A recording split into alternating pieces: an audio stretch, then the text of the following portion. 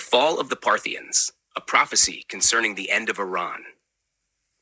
In the days when the angels shall return, when the scattered ones of Israel reassemble upon the mountains of Zion, the world will shudder. For in 1948, the state of Israel was reborn, and from that moment, the time of judgment against the eastern kingdoms began to hasten forward. The ancient prophets spoke, and now their words stir from slumber.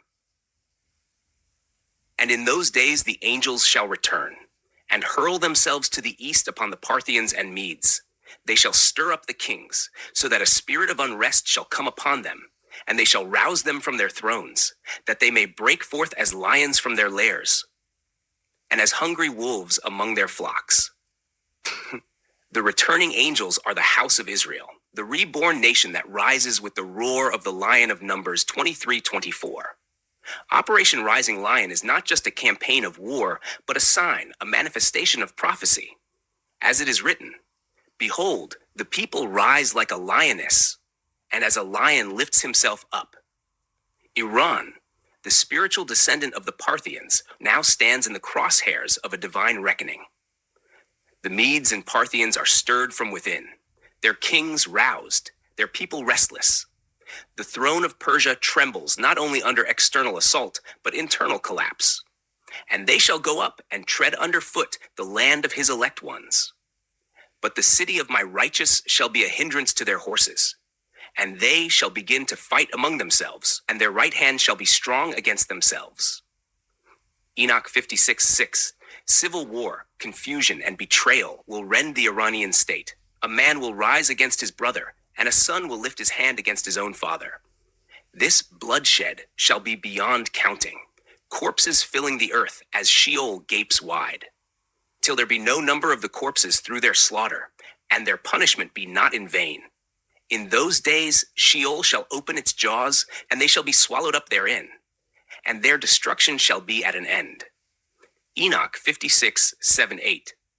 From the Sibylline oracle comes another voice, crying out against ancient Babylon, which once sat upon golden rivers and ruled the world. The dominion of Persia was great, but judgment is greater. Now a prince shall arise from Rome, Rome reborn in the American Empire, wearing purple and with a number of 300 in his name. He will stretch out his hand toward the Euphrates and destroy the Parthians and the Medes. He will destroy Medes and also arrow-shooting Parthians. In his might, he will destroy a city of high gates, a destroyer of Parthians and Germans. Sibylline oracles. Let the rulers of Iran tremble, for American Rome shall not refrain. The wrath of the West will be like fire, and the armies shall melt gold and silver, funding war with the idols of their treasuries. Wretched ones, who will melt gold and silver. In a great fire, the statues of temples made by hands, furnishing them with money for the sake of victory. Sibylline oracles.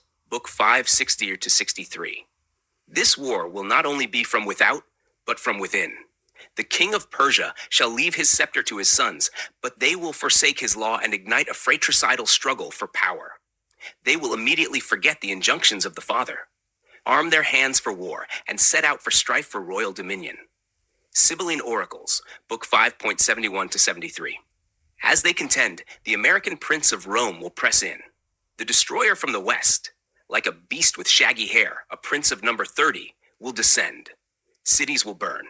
Beirut, Sidon, and Tyre will fall, and even Phoenicia will weep over the carnage. Then war and strife will come upon Phoenicia. Sidon and Tripoli and proud Beirut will see each other amid corpses and blood. Sibylline oracles, book 5.82-84. The treatise of Shem also cries out, the Romans and the Parthians will make severe wars with each other. This is not history, but a future yet approaching. For Rome, embodied in the American power that spans seas and skies, shall come by aircraft carriers and drones, and shall devastate the Parthians. The Romans will proceed by ships on the sea, then they will cause a war and destroy the Parthians. Treatise of Shem 7-8. A northern wind stirs, and a great harsh war begins in the time of Gemini. Leprosy of spirit marks those with the signs of Ta, Heth, and Mem. The world watches as mice multiply, a sign of decay. But from the decay arises judgment, and after this prosperity, but only for the elect.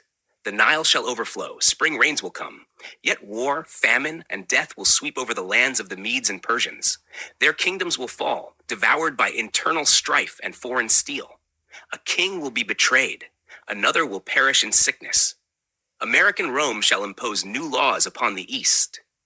Then the West will once more rise with gold and armies, and the foundation of its empire shall be rebuilt. But the Parthians, Iran, shall be no more. Their time is weighed, measured, and found wanting. Their fall is not mere politics, it is prophecy. Let the nations fear and understand. The day of judgment draws near.